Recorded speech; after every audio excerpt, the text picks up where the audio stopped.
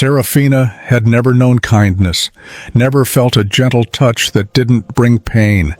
For years, the African leopard lived in extreme fear, trapped in a world of cruelty. When rescuers finally found her at a poaching camp, Seraphina was curled up in a dark corner, trembling so violently that her entire body shook. No one could get close. No one could touch her. Every attempt to help was met with terror. She would cower, growl, even close her eyes as if hoping the world would disappear. Then a woman named Emma Parker did something no one expected, and what she did astonished everyone and changed Seraphina's life forever. Emma pulled into the parking lot of the Second Chance Wildlife Rehabilitation Center, stepping out of her car into the crisp morning air. The sun was rising, casting long shadows across the pavement.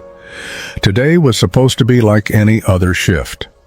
But the moment she stepped inside, she saw the worried face of Director Johnson, a man who had witnessed hundreds of tragic cases throughout his career. With a brief nod, Johnson motioned for Emma to follow him down the corridor to an isolated area at the end of the center.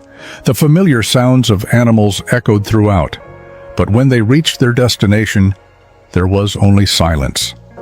In the shadows of the isolated area, Emma saw her, a magnificent African leopard curled up in the farthest corner of the enclosure. Her muscular frame was still powerful, her golden black spotted coat gleaming under the dim lights, but her entire body trembled uncontrollably. Her ears were flattened against her skull, her head lowered so much toward the ground that she looked like she was trying to make herself invisible. Emma felt her chest tighten.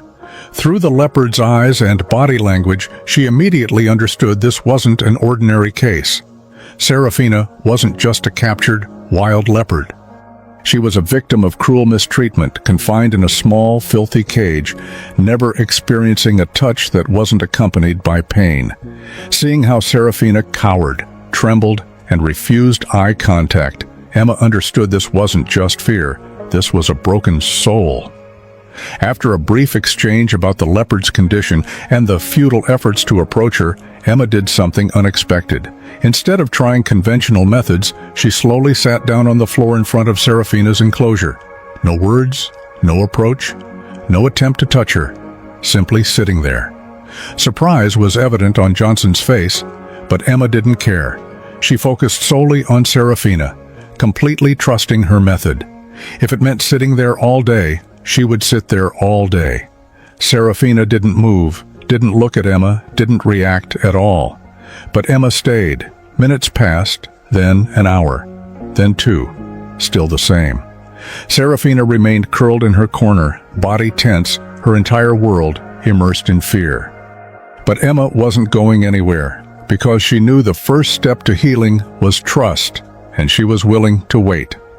Emma sat on the cold shelter floor, her legs folded beneath her, her hands resting lightly on her knees. Hours had passed since she first positioned herself in front of Seraphina's enclosure, and she had barely moved. The rescue center went through its daily rhythms. Volunteers came and went. Dogs were walked. Potential adopters passed through. But none of that mattered to Emma. Her focus remained on the trembling leopard huddled in the farthest corner of her cage. Seraphina still hadn't moved. She was curled in on herself, her golden black coat gleaming under the dim light. Her head was lowered so much that her nose nearly touched the concrete floor. Her strong body trembled like a leaf caught in the wind, an endless earthquake of fear that refused to stop. But there was one difference. Emma noticed it immediately. Seraphina's ears weren't pressed completely flat anymore. They were still low, still wary, but there was a flicker of something else. Awareness. She knew Emma was there. Johnson passed by several times, his skepticism obvious. But Emma didn't mind. She didn't argue, didn't have to explain. Because at that exact moment, Seraphina's ears twitched again. It was barely noticeable, but Emma saw it. She knew what it meant. Emma's entire being was focused on the fragile, frightened soul before her. Time passed. She was patient. She had to be patient. Occasionally, other animals made noises, the sounds echoing through the shelter hallways. Each time Seraphina's flinching worsened, her trembling intensified. She squeezed her eyes shut as if trying to disappear. But she never moved away from Emma. That alone was progress. Emma could work with that. After what felt like an eternity, the room quieted again save for the occasional distant clatter of metal bowls or the faint sound of wind outside. Emma exhaled slowly, carefully, and then made her first move. Silently, she reached into her coat pocket and pulled out a small piece of cooked meat. The smell filled the air. Seraphina's nose twitched. Emma placed the food a couple of feet away from Seraphina, not too close, not too far, just enough that if she truly wanted it, she would have to move toward Emma. Then she waited. Seraphina didn't move for many minutes. Emma kept her breathing slow, her posture relaxed. She wouldn't force the leopard. She wouldn't make the first approach. This had to be Seraphina's decision. Another 5 minutes, then 10. Then the first miracle happened. At first it was almost imperceptible. A slight shift of Seraphina's front paw, a twitch of her nose. Her body still trembled, but she was sniffing the air. Emma held her breath. Then, so cautiously that it seemed as though the world itself had slowed down, Seraphina inched forward. The movement was small, so small. A single paw moved, dragging just an inch closer. Emma's chest tightened with emotion, but she didn't react, didn't move. Any sound, and the leopard might retreat back into herself. Another inch. Seraphina's eyes flickered up, just for a second. Their gazes met for the first time. And in that fleeting moment, Emma saw something buried beneath the fear. A question, a silent, uncertain whisper in her broken soul. "Can I trust you?" Emma didn't answer with words. Instead, she simply stayed still, present. And finally, Seraphina took another trembling step forward. Her nose dipped lower, closer to the small piece of meat on the ground.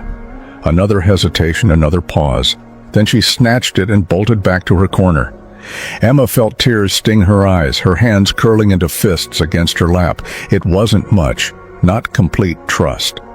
But today, for the first time in her life, Seraphina had willingly come closer to a human. And that was everything. The next morning, Emma arrived at the shelter before anyone else. The sun had barely begun to rise, casting a dim golden hue through the frosted windows. The hallways were quiet except for the occasional rustling of animals stirring in their enclosures. Emma took a deep breath before making her way down the corridor. Today was different. Today she wasn't just hoping for progress. She was expecting it. Yesterday, Seraphina had made a choice. She had moved toward her. However small the step may have been, it meant something. As she approached the leopard's enclosure, she felt her pulse quicken. Would Seraphina still be curled in the corner, trembling as before, or had something changed? Emma reached the enclosure and froze. Seraphina was watching her, not cowering, not trembling violently. Just watching. Emma's heart tightened with emotion. Slowly, she sank onto the floor, mimicking her exact position from yesterday. Seraphina didn't flinch. That alone was progress, the way she didn't retreat, the way her ears twitched in Emma's direction. It was the start of something. Emma exhaled, composing her emotions, before carefully reaching into her coat pocket. She pulled out another small piece of meat and placed it between them. Yesterday, it had taken Seraphina almost an hour to move toward her. Today, she hesitated for only a minute. Her nose twitched, her coat gleaming under the lights, and then she stepped forward, one paw, then another. Her entire body was still tense, still uncertain, but she wasn't frozen anymore. She was moving. Emma didn't breathe, didn't blink. Seraphina lowered her head. For a moment it seemed like she might bolt again, but then she took the food, not in a panic, not in fear, but with hesitation and thought. Emma swallowed hard, keeping herself as still as possible for as long as possible.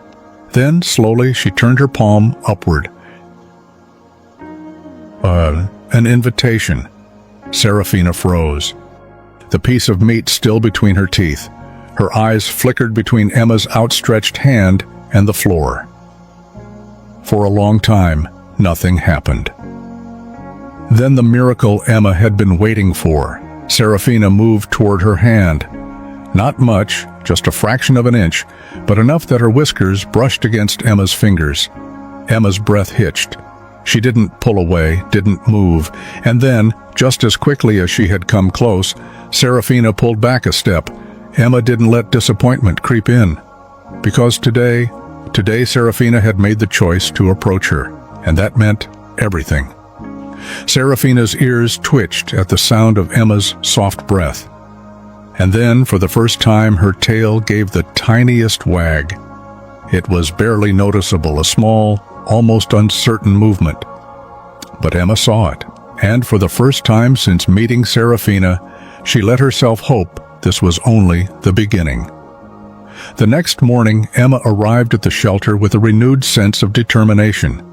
Seraphina had taken a step forward, a real, deliberate step. And last night, when she replayed the moment in her mind, she kept thinking about that tiny flicker of movement, her tail wagging. It wasn't much, barely noticeable, but it meant everything. As she approached the leopard's enclosure, she immediately noticed another change. Seraphina had already spotted her coming, not curled in the corner, not trembling violently anymore. Her ears weren't pinned back to her skull anymore. They were alert, listening. Emma felt her heart swell. She sank onto the floor in her usual spot. Seraphina didn't flinch. That in itself was progress. She reached into her pocket, pulling out another small piece of meat, and carefully placed it between them. This time, Seraphina hesitated for only a few seconds, then slowly, cautiously stepped forward. One step, then another. Emma kept still, her body relaxed, her breathing calm. Seraphina's nose twitched as she sniffed at the food. But this time, instead of grabbing it and retreating, she looked at Emma's hand. It was a silent question, a test of trust. Emma swallowed hard. Slowly, carefully, she turned her palm upward, an invitation. Seraphina froze. Emma could almost see the battle raging inside her mind, fear versus curiosity. For a long moment, she did nothing. Then she made her decision. Seraphina leaned forward, her whiskers brushed against Emma's fingers. Emma held her breath. Then the miracle she had been waiting for. Seraphina pressed her nose into Emma's palm, not by accident, not because she had to, but because she wanted to. Emma felt tears sting her eyes. She kept still, letting Seraphina take the lead, and then another step. Seraphina lowered her head slightly, her muzzle touching Emma's skin. Emma's heart pounded slowly, gently. She moved her fingers, brushing them against Seraphina's fur. The leopard flinched just for a second, but didn't pull away. Emma's fingertips skimmed over her snout, barely touching, but enough for her to feel that this was different. This wasn't pain. This wasn't cruelty. This was kindness. For the first time in her life, Seraphina had let a human touch her. And Emma knew there was no turning back now. The next morning, Emma arrived at the shelter before sunrise. The air was crisp, and the world outside was still covered in a thin layer of frost. The shelter was quiet, with only the faint rustling of animals shifting in their enclosures as they stirred awake. But Emma wasn't thinking about the other animals. Her mind was fixed on Seraphina. Yesterday she had let Emma touch her for the first time. She had chosen to trust a human, even if just for a moment. Would today bring another step forward, or would fear pull her back again? She walked through the hallways, her pulse quickening as she neared Seraphina's enclosure. Then she saw her, and her breath hitched. Seraphina wasn't pressed into the farthest corner. She was waiting, her body still tense but not fearful. Her ears were half raised, her green-gold eyes fixed on Emma. She had been expecting her. Emma swallowed the lump in her throat. She slowly sank onto the floor, just as she had done every day before. And Seraphina, she didn't flinch. That in itself was a victory. She reached into her coat pocket, pulling out another small piece of meat. But this time, instead of placing it between them, she held it in her open palm. A test. Would she take it? Seraphina's nose twitched. Her body was still tense, though no longer trembling. She stared at the food, then at Emma's hand. Another battle played out in her mind, fear versus trust. For a long moment, she didn't move. Then, ever so slowly, Seraphina inched forward. One paw, then another. Emma held perfectly still. Seraphina lowered her head, her nose brushed against Emma's fingers. And then she took the food, not in a panic, not in fear, but calmly. Emma blinked rapidly, forcing back the emotion swelling in her chest. This was real progress. Seraphina was choosing to trust her. But what Seraphina did next was even more surprising. She lowered her head and gently pressed it into Emma's open palm. A choice, a decision, a trust that wasn't forced, wasn't demanded but freely given. Emma let out a slow, shaky breath. Seraphina's tail flicked slightly, and for the first time, she didn't pull away. The past still haunted her, but today she had taken her biggest step forward, and Emma knew she was ready for something more. The morning air was crisp as Emma pulled into the shelter parking lot. Today felt different. For weeks she had come to Seraphina's enclosure, sitting on the cold concrete floor, waiting for her to trust. And yesterday she had chosen her, not just by taking food from her hand, not just by stepping forward, but by pressing her head into Emma's palm. It had been the first time Seraphina had actively sought comfort from a human. It was a moment Emma would never forget. But now it was time to see if she was ready for the next step. She made her way through the shelter halls, pausing at Seraphina's enclosure. And what she saw nearly brought her to tears. Seraphina was standing there, not in fear, not in hesitation, but waiting. Her eyes met Emma's without flinching, without retreating to the corner, just recognition. Emma felt her throat tighten, but she didn't let the emotion overwhelm her. Instead, she did something she had never done before. She slowly opened the enclosure door. Carefully, unhurried, not forcing. Seraphina tensed but didn't run. She watched, her ears perking up slightly, alert but not afraid.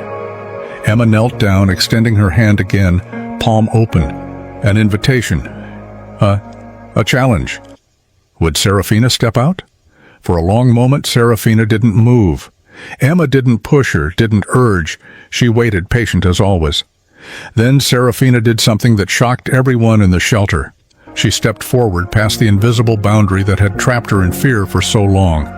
Past the space where she had spent days trembling in terror, she stepped toward Emma, then stopped. Her nose twitched, and she pressed her head into Emma's chest. Emma let out a shaky breath, wrapping her arms around the leopard as she melted into her embrace. For the first time in her life, Seraphina had found safety. She had found connection, and this time, she knew it was real, because this time, she had chosen it. In the weeks that followed, Seraphina's transformation was remarkable. She no longer trembled. She accepted food directly from Emma's hand without hesitation. She even allowed other staff to approach, though still cautiously. But Emma knew this was just the first step. Seraphina didn't belong in an iron cage, even with love. She belonged in the wild nature, where she could run free, where she could be herself. Emma called a meeting with the management, presenting her plan to release Seraphina back into the wild. Initially, the opposition was strong. Seraphina had become too accustomed to humans. She might have lost her hunting skills. She might be in danger in the wild.